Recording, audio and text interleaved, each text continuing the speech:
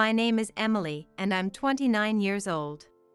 I've been married to my husband James for 2 years, and I've recently become a full-time homemaker after experiencing childbirth for the first time.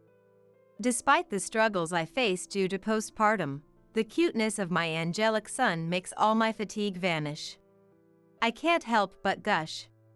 He has pure, adorable eyes. I bet he'll grow up to be a handsome boy. I'm already head over heels as a proud mother. However, despite my happiness, I have a problem. It's the presence of my mother-in-law Olivia, who visits us almost daily. My in-laws live about a 30-minute walk away. Olivia started coming over to support me postpartum, as a substitute for my busy James and my parents who live far away. Although her help would normally be appreciated, she does little to actually assist me. Instead, she just lounges on our sofa, watching her Korean soap opera DVDs that she brings along. She's more of a burden than a help, expecting me to serve her tea and fetch her tissues. She was the one who offered to help, but what is she here for exactly? I have tried telling her, "I'm fine, you can go home." But I ended up getting an earful from James later that night. Undoubtedly, Olivia complained to him about being sent away. Even though I asked him to stop because our son was crying, James still snapped at me. He's a real mama's boy. I wish I could go back in time and punch my past self for not noticing this before we got married. He insists that I replicate his mother's recipes and even tries to make me dress more like her. No matter what I say, James worships his mother as if she's a goddess. No matter what I say, James worships his mother as if she's a goddess. We don't need to rely on your mom. It would help so much if you could just help me out a little. What? I work all day and I'm exhausted. Besides, I bet the baby is happier when you take care of him. Even when I'm talking to him, his eyes are always glued to the TV or his phone, showing no sign of being engaged in the conversation. Does he not care about our son? I'm just as exhausted as he is. With my eyes bloodshot from lack of sleep, fatigue, and stress, I glare at him.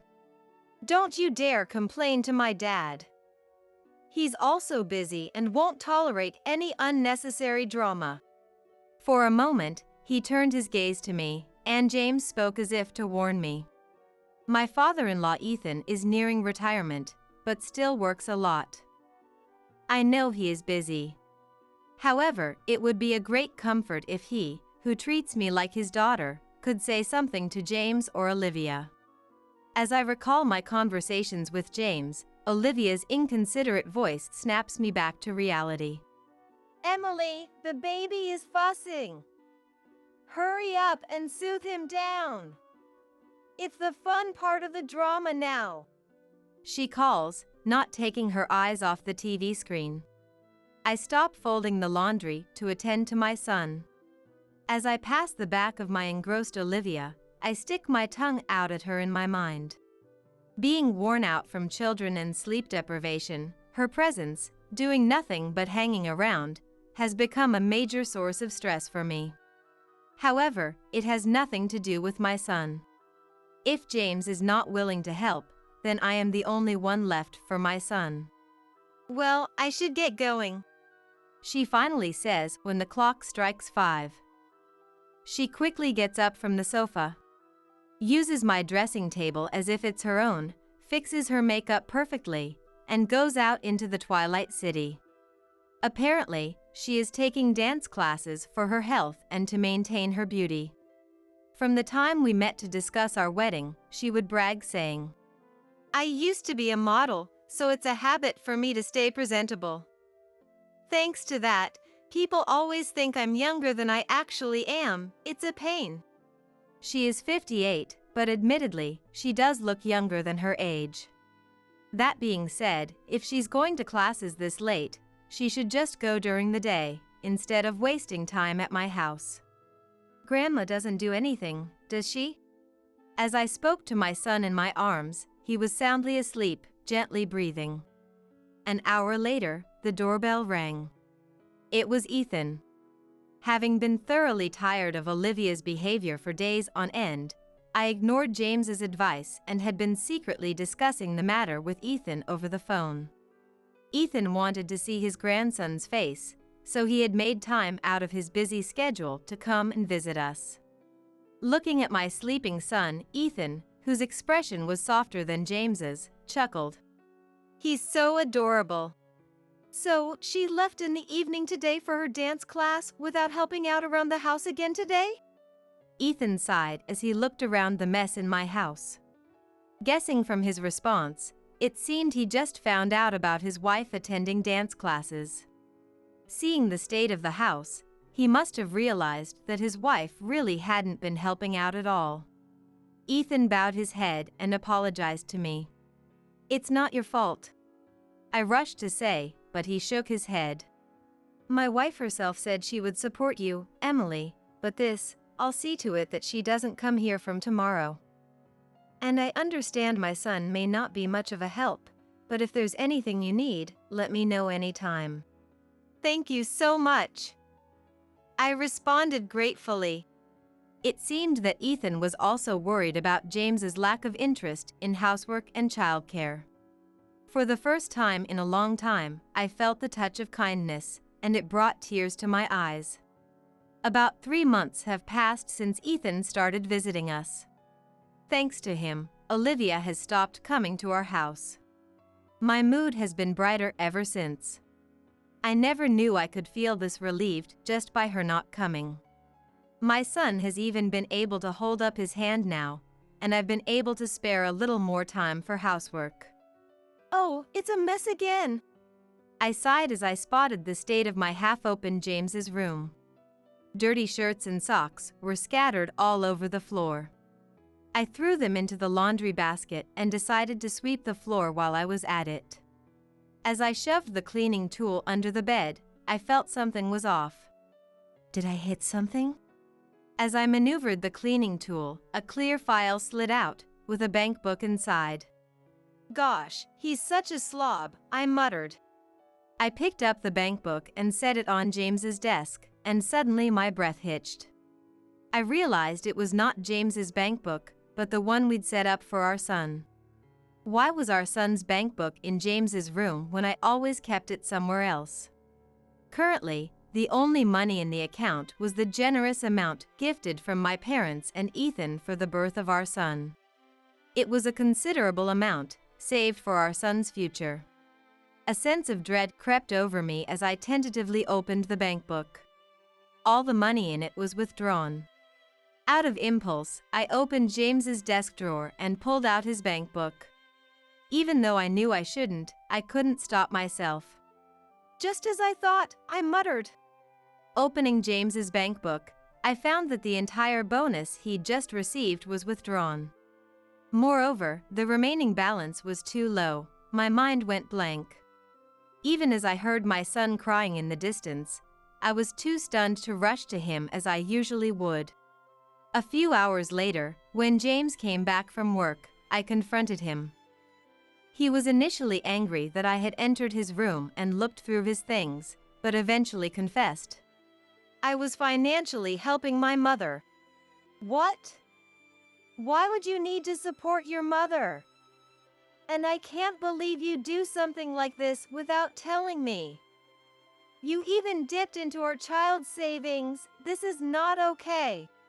James angrily thumped his desk as I confronted him. "Look, I only helped out 'cause my mom said she was struggling, okay? She's probably got problems we know nothing about. Besides, it's my hard-earned money. If you have so many complaints, maybe we should just get a divorce," he grumbled. Our son, who had been gently snoring in his crib, woke up and started crying. James argued with me and disturbed our son's sleep. I hurried over to him and lifted him up in my arms. "The money you earned?" "The money in the account was a generous gift from our parents. For our son, you can't claim it. Both your dad and my parents gifted us thinking about our son's future.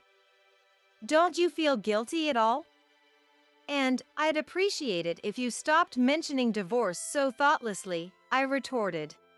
Watching our son, now cradled in my arms and calming down from his tears, James snorted with a look of annoyance. Then he presented a sheet of paper on the desk. It was a divorce paper, and his section was already filled out. I was shocked and my eyes widened in surprise. I wouldn't mind getting a divorce any time, to be honest. But you wouldn't want to be struggling financially, burdened with a newborn baby, he said, seemingly thinking this would shut me up. My feelings started to recede at James's childish behavior. That's when I realized something.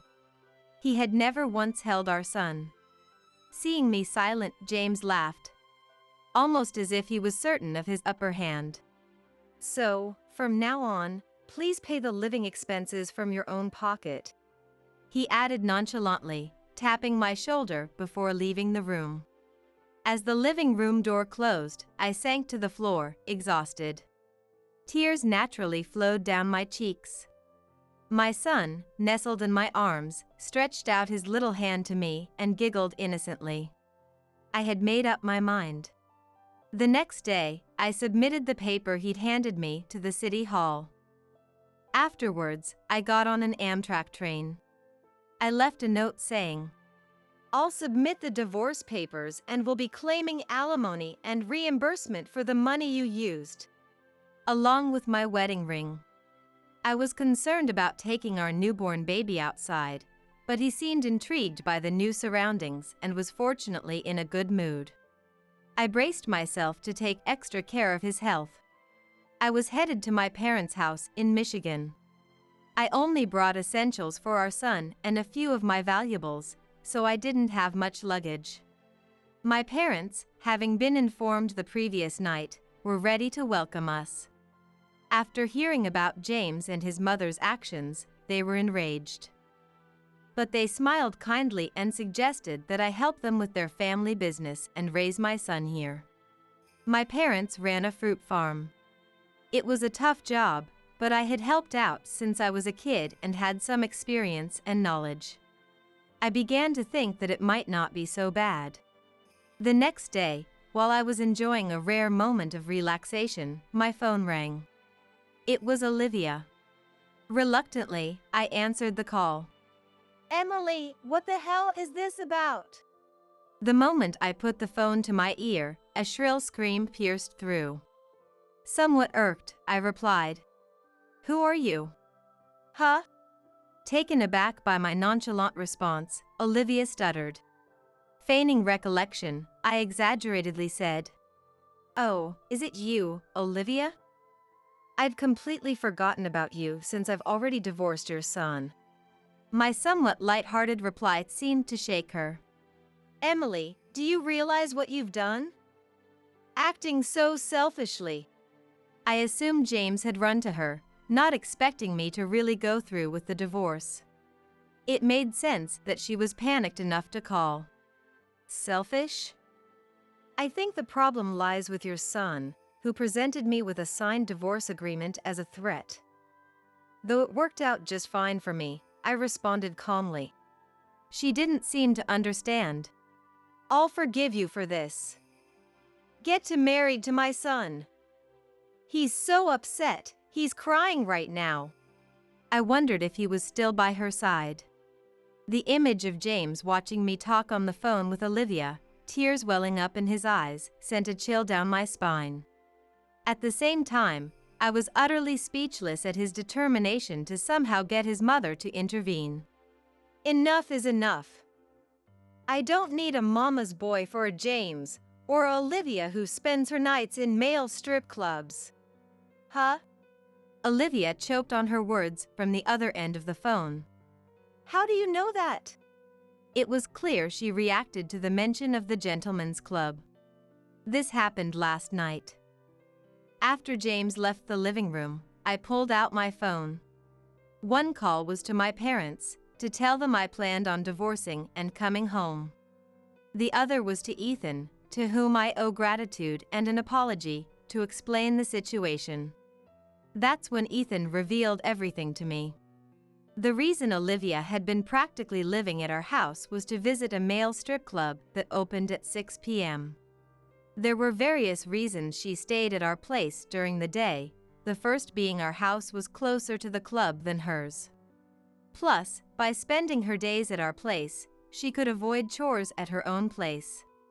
She also used me and our son as her excuse to get back home late. All this worked in Olivia's favor. Apparently, she had taken quite a fancy to one of the dancers at the club and had been spending a lot on him. It was hard to believe that Olivia, who had always been a homemaker, had any money of her own.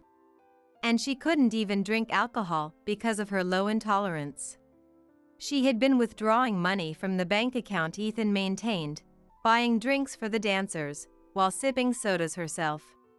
Ethan had been suspicious of Olivia after I asked about her. Despite being forbidden from coming to our house, Olivia continued to find reasons to go out for a while. Realizing something was off, he followed her and discovered she had been a regular at a strip club. He was deeply shocked to find out about her escapades and the misuse of his bank account. To think she'd even take money from our son and grandson. If only I'd found out sooner. I am deeply sorry, Emily, and to my grandson as well. The gravity of Ethan's guilt and apologies over the phone, having learned about our situation, was overwhelming. You lied to James for money because she didn't have enough to lavish on those entertainers, didn't you? Olivia remained silent at my accusation. I could hear James's voice over the phone saying, "Mom, tell me that this is all a lie." It seemed he had been listening after all. After a moment of silence, Olivia erupted in anger. Don't use such vulgar words like lavish. I'm just showing Chris my affection. He loves it when I visit him. Chris must be her favorite dancer's name. I sighed at Olivia's pathetic outburst. The thought of my son's money being spent on her entertainment boiled my blood again. Neither Ethan nor I will let this slide. You better be ready, ma'am.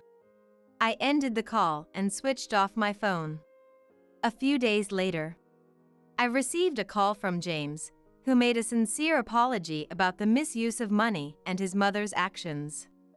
Regarding the divorce papers, he admitted that it was only on his mother's insistence, saying, "If she bothers you, just show her the divorce papers. She'll stop bothering you."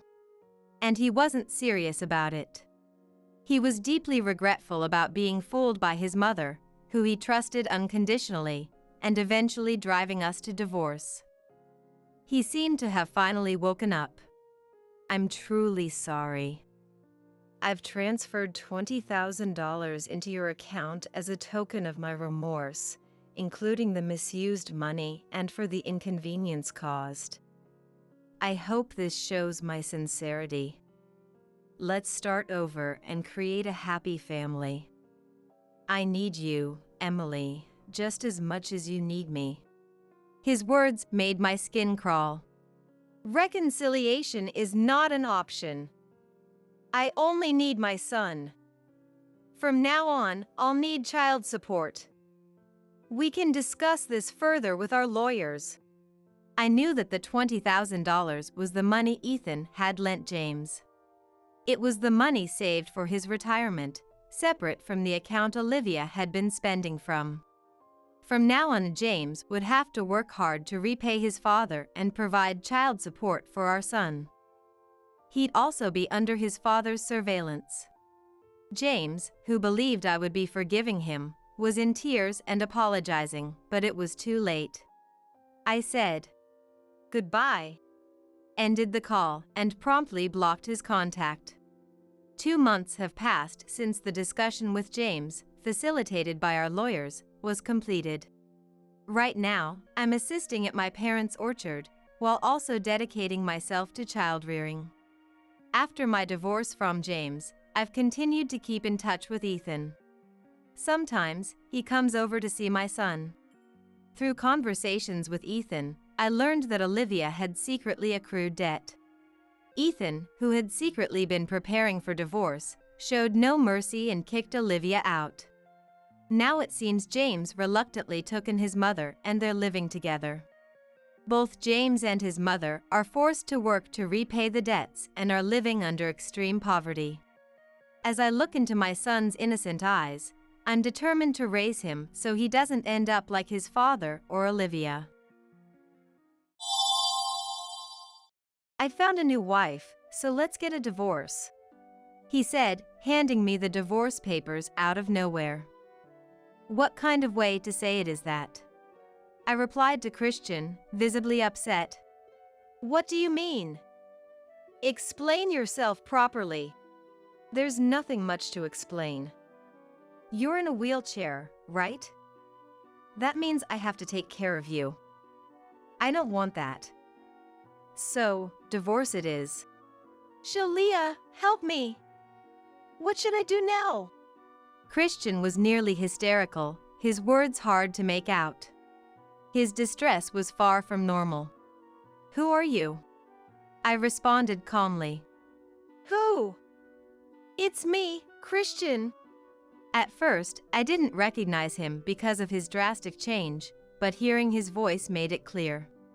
Pretending not to know him, Christian seemed quite panicked. My name is Shalia, a 46-year-old homemaker. I have a daughter, Lissa, who's 21. I live with my husband Christian, who's 4 years older, and our daughter. After finishing junior college, I got a job at a construction company. Christian, who was in sales for construction equipment, frequented my company. I was impressed by his diligent salesmanship and took a liking to him. Christian was always very energetic and had a loud voice, and although he sometimes got confused and looked at me with disdain, he left a good impression on me. When he asked me out, I quickly said yes. After several dates, we got married. Our daughter Lissa has already received a job offer.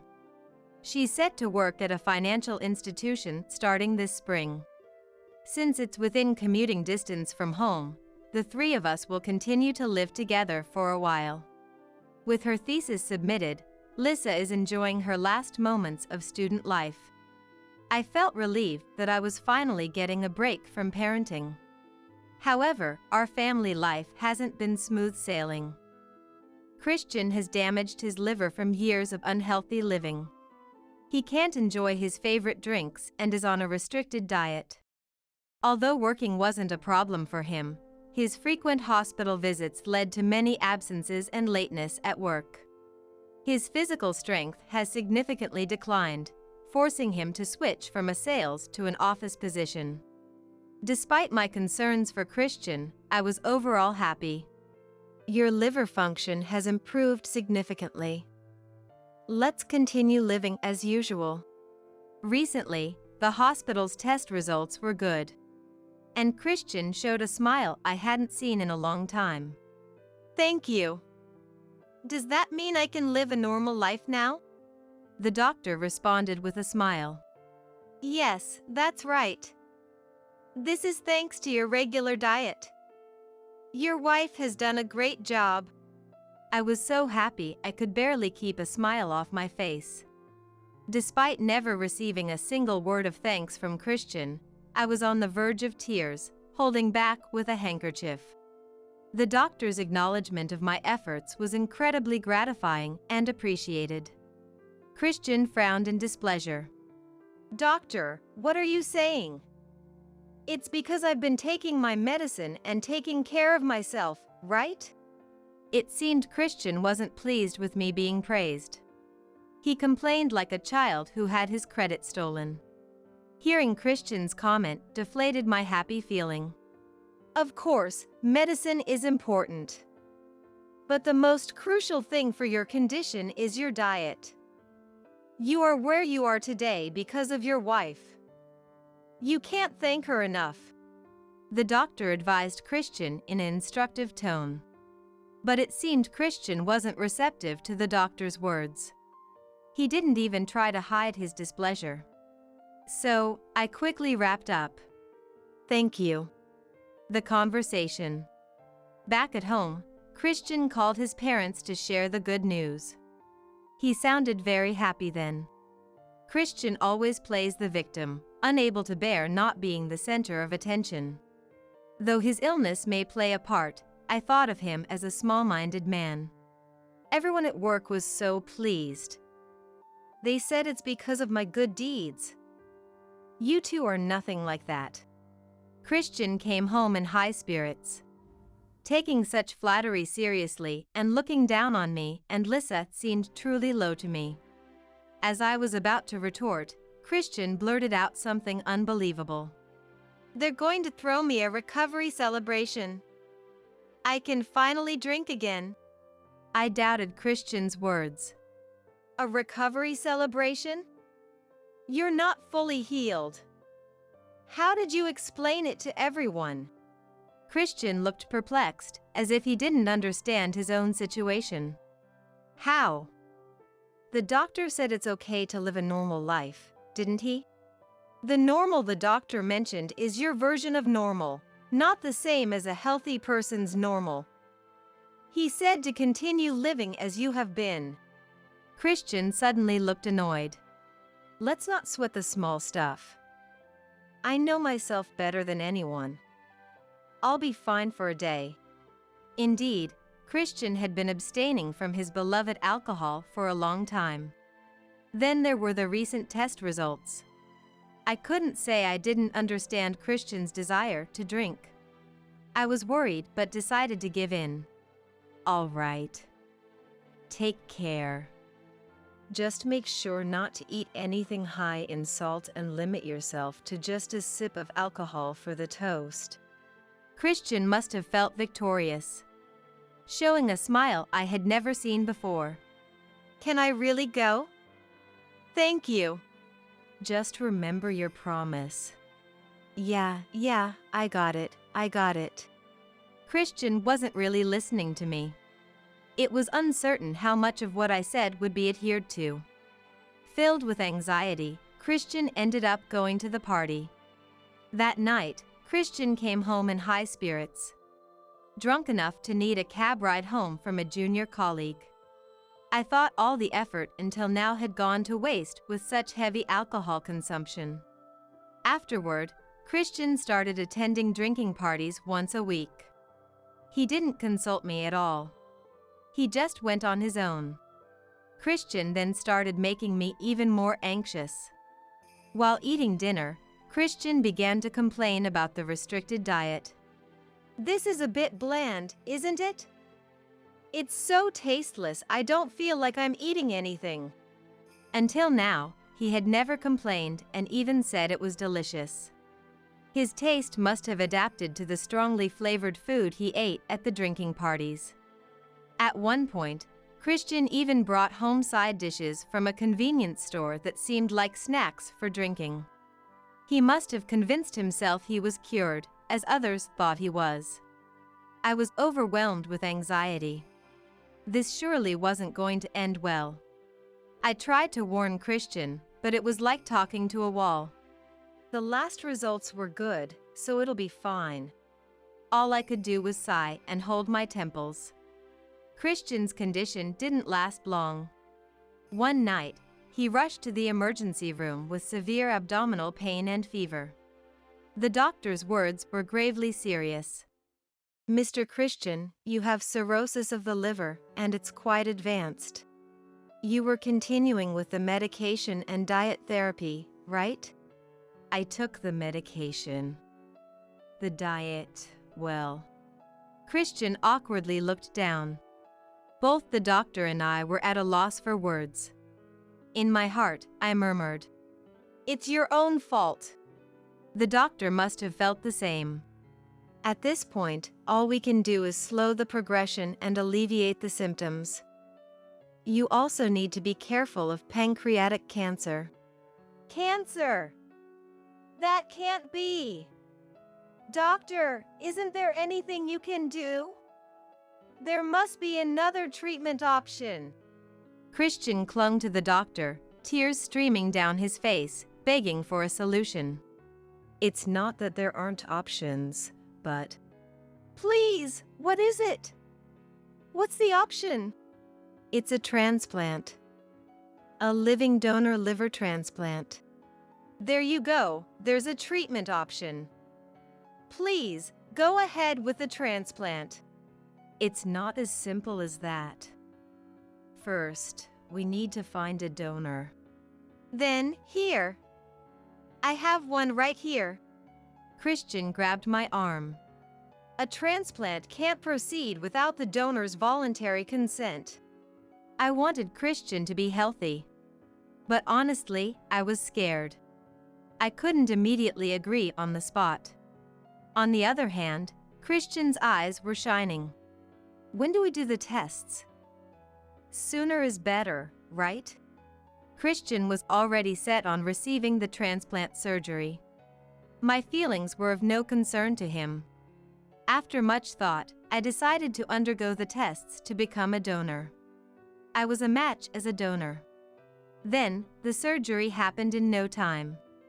The operation was over more quickly than I had anticipated. Both Christian and I had successful surgeries. I was hospitalized for 3 weeks, and during my stay, Lisa came to the hospital and took care of me.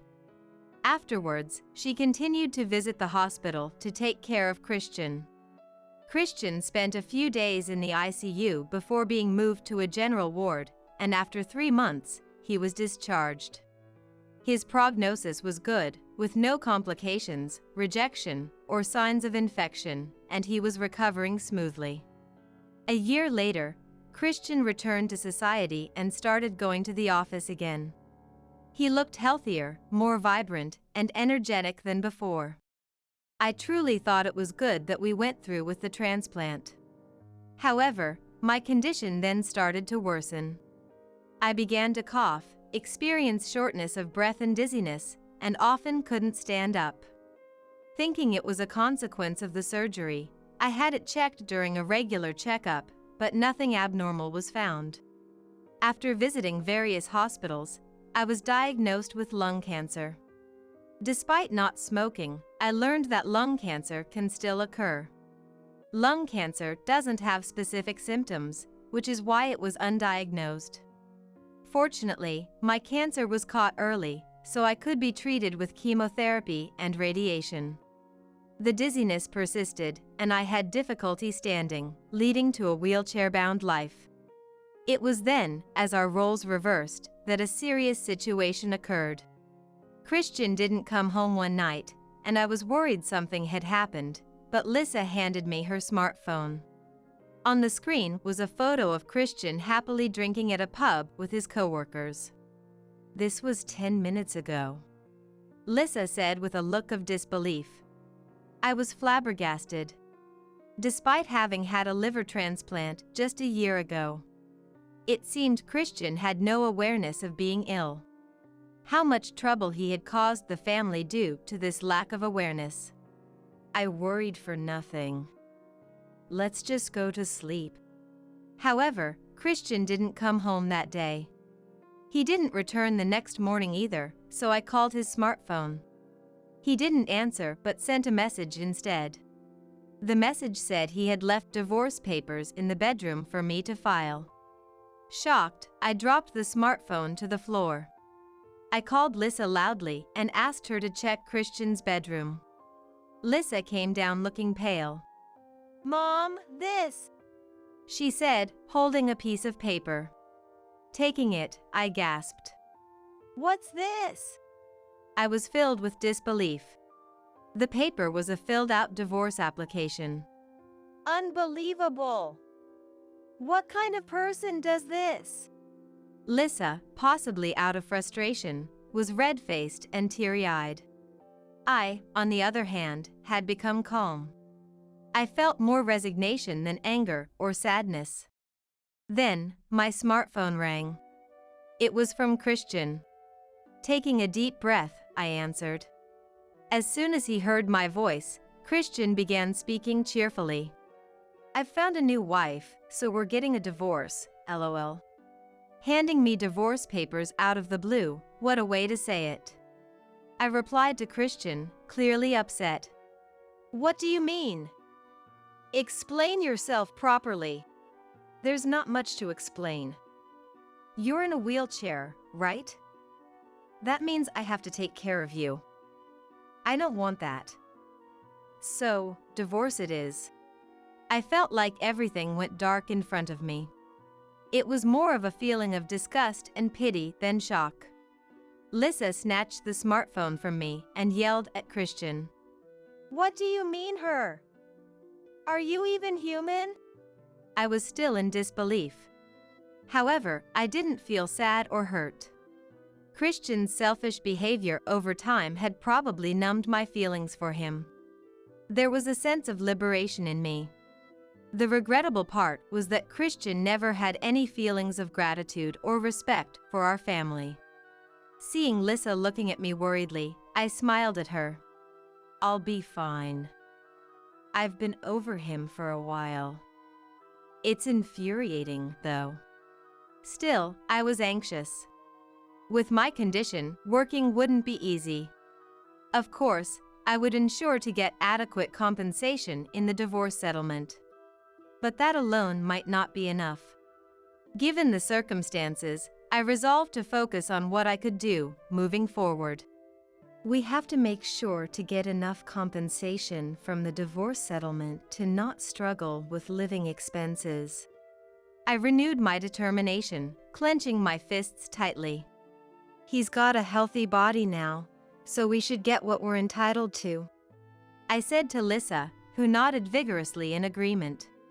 That's right, I'm not alone. I have my lovely and dependable daughter, Lissa, by my side. 3 months after Christian left the house, an unbelievable situation occurred. I had just returned home from a hospital visit and was about to open the front door with Lissa's support when someone jumped out from a hiding spot. Shalia, help me! What should I do now? Christian was nearly hysterical, his words hard to make out. His distress was far from normal. Who are you? I responded calmly. Who? It's me, Christian. At first, I didn't recognize him because of his drastic change, but his voice made it clear. The words I had just spoken were deliberate. I opened the door. Now able to move without a wheelchair as my condition had improved. It would be a nuisance to have someone continue to kneel at the entrance, so I reluctantly let Christian into the house. In the living room, Lissa and I confronted Christian. What are you doing here? Christian began to speak, his forehead rubbing against the table. Please, I was wrong.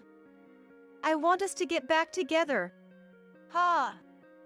The nerve you have to say that now. Lissa said before I could. Echoing my thoughts.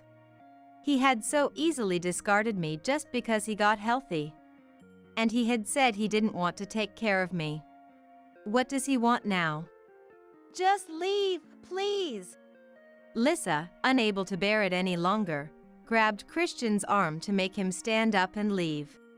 When Christian attempted to rise, he suddenly clutched his stomach and collapsed in pain. Despite how I felt about Christian, I couldn't just ignore someone in pain. I asked Lissa to bring the car around, and we took Christian to his regular hospital. In the car, Christian was sweating and groaning, holding his stomach. Upon arrival, I quickly called for a nurse, who then took him to the treatment room. While waiting in the lobby, a nurse called me into the treatment room. Christian's doctor was there and began to explain his condition. Ma'am, you've just arrived, I see. The doctor seemed unaware of my relationship with Christian. There was no point in discussing that now, so I listened to the doctor's explanation. What's his condition? The doctor spoke gravely. As I've explained to him before, there's a strong rejection reaction to the transplanted liver. Immediate hospitalization and treatment are necessary. Lissa chuckled softly in the background. He's getting what he deserves. I coughed to signal disapproval of Lissa's inappropriate comment. But I completely agreed. The doctor pretended not to hear and continued. We need to switch to a stronger immunosuppressant. This medication puts a significant strain on the kidneys. His kidney values are already poor, so using this suppressant will necessitate dialysis. I responded immediately. I see. Please do what you think is best. The doctor seemed taken aback by my quick response. Starting dialysis means being bedridden in the hospital for about 3 hours, 3 times a week. Once it begins, it's a lifelong commitment, significantly impacting one's lifestyle. Normally, one wouldn't make such a decision so quickly. But I have no involvement in Christian's life anymore. What happens to him is none of my concern. The doctor began to discuss the possibility of transplantation. It dawned on me why Christian had come. He was probably hoping for a kidney transplant from me. Seeking help from me because his condition had worsened was far too convenient. Christian should suffer the complications of liver disease and live the rest of his life on dialysis. When Lissa was out, Christian came to our house again. This time, it seems he properly rang the intercom. He was so emaciated that saying he looked haggard would be an understatement. His face was lifeless and pallid, as if he might collapse at any moment. Although I had an idea why Christian had come, I let him into the house anyway. He must have sneaked out of the hospital. Then Christian began to talk incessantly about the woman he was involved with. She was a 24-year-old coworker. She's 3 months pregnant. Christian revealed shortly after leaving our home that the pregnancy was discovered. I thought I had no feelings left for Christian, but his manner of sharing this news made me feel disgusted by him. Anyway, I've decided to go ahead and file those divorce papers we put on hold. But since I have my own life to live, you'll need to pay me a lump sum of $50,000 for the settlement, I stated firmly. It's a bit above the going rate, but considering my illness, it shouldn't be considered too high. There's no way I can pay that, Christian retorted, his face turning red with anger. Ignoring Christian's attitude, I continued. If she's someone from work, she must have known you were married. I'll also be seeking compensation from your mistress in the divorce settlement. Hey, cut the crap. Do you even know who she is? I had no idea who she was. She's the boss's daughter. And she thinks I've been divorced for years, Christian admitted, attempting to justify his deception. I was appalled by his selfishness. That's your problem. You've done enough. If you don't pay, I'll go to your company and have your wages garnished, I said sharply. Please, don't. If the boss finds out about the affair, it'll be a big problem, I thought to myself. It's already a big problem, isn't it? Staring Christian down, he timidly began to speak with a pale face. I'll figure out the money somehow. Just please don't tell the company. If the company finds out, she'll know I'm still married. It'd be cruel to her if she found out about the marriage from an affair. Sympathizing with his mistress? What about me? Christian looked taken aback, then hung his head. I'll arrange the money right away. Just keep quiet about it. I kept my stern gaze on him. Christian knelt on the floor, begging. Please, keep this quiet. I couldn't help but laugh at Christian's pitiful state. Christian explained he would borrow the $50,000 settlement from his parents and the mistress's settlement from a loan shark. As long as it didn't inconvenience me, I didn't care where the money came from, but I made sure he understood it needed to be transferred properly. We agreed he would file the divorce papers after transferring the settlement, and I made sure to get it in writing. Christian left dejectedly. He probably came to talk about a kidney transplant. But I didn't let him get to that point. By exploiting Christian's vulnerability, I managed to settle the divorce compensation without further issues. I was glad Lissa wasn't home. Witness such a mess. Being still legally his wife, I went to Christian's hospital to sign all the treatment consent forms, including for dialysis. I decided to check on Christian and found him and a young woman arguing in the common room. The woman seemed very angry. Their loud voices could be heard outside. "Weren't you supposed to be cured? What's with the hospitalization?" This must be Dina, the mistress. "Please, calm down," Christian replied weakly. "I don't want to deal with an old man in the hospital when I'm about to have a baby." Such a foul-mouthed woman. I wondered if she really was the boss's daughter, as Lissa eyed her suspiciously. "I think I know her," Lissa muttered. Dina continued to rant at Christian. "I absolutely can't handle caregiving." Christian shrank away, overwhelmed and unable to argue. "And what's this about divorce compensation?" Lissa looked at me and laughed. "I just couldn't help myself and sent a letter about the affair to the company president." Perhaps that's why Dina came storming in. "It's practically marriage fraud. He lied about being healthy. I'm the one who should be getting the divorce compensation." I couldn't help but laugh at her words. Lissa's letter might have been too much, but it was a case of reaping what one sows. A young doctor passing by struck up a conversation with Lissa. "Is that your dad in the common room?"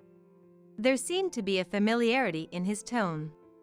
Lissa responded with a smile. "Maybe not." I watched their exchange with a touch of amusement. After the doctor left, Lissa looked happily at me, catching my gaze and blushing slightly. Then, a nurse mentioned to me that there was laundry piling up. With a smile, I responded, "Understood," and left, pondering that Christian likely had no one to care for him during his hospital stay. On the way back from the hospital, "I might know that woman, his mistress," Lissa mentioned. "Probably a senior from high school," she speculated, recalling a senior who left school halfway through her senior year due to pregnancy. "She must have dropped out because she was pregnant," Lissa mused, tilting her head in thought. She then suggested, "Maybe the child she's carrying isn't Dad's." Lissa shared rumors that the senior had been involved in dubious activities back then. I had a hunch that the father might be someone else. Just a woman's intuition. But it felt likely. It's that intuition they say women have. After some time, the alimony from the divorce trial was paid by my in-laws. And they didn't just transfer it, they brought it in person. They said, "We've been so troubled by what our son has done, truly sorry." As my in-laws apologized, tears in their eyes, kneeling on the floor. "I will accept the alimony from the divorce trial for my sake, but I intend to have no further dealings with my son, Christian," was their stance. Christian had angered the CEO and was fired on the spot. Though Christian received severance pay, it was taken by his affair partner under the guise of alimony for the divorce trial, and after that, he went missing. My mother-in-law tearfully shared this with me. Christian has been hospitalized ever since. Due to artificial dialysis and worsening liver conditions, it seems unlikely Christian will be able to leave the hospital in the future. The alimony from the divorce trial was transferred from the company Christian worked for, probably out of shame for their daughter's scandal. It might be a form of hush money, I guess. The divorce turmoil has settled down. After a long while, peaceful days have returned to me. My lung cancer responded well to treatment, and I was recently informed by the doctor that I'm in remission. Now, regular checkups should suffice. Lissa is off to work. Right now, I'm alone at home. Looking around the empty house, this house originally belonged to my relatives. It was renovated and transferred to my name. The renovation costs came from my savings before I got married. This house is my possession. So, even after the divorce, I won't have trouble finding a place to live. As for Lissa, she recently reported that she's dating a young doctor. During her frequent hospital visits, she received advice from the doctor, and they became close. He was a kind, smiling doctor with a friendly demeanor.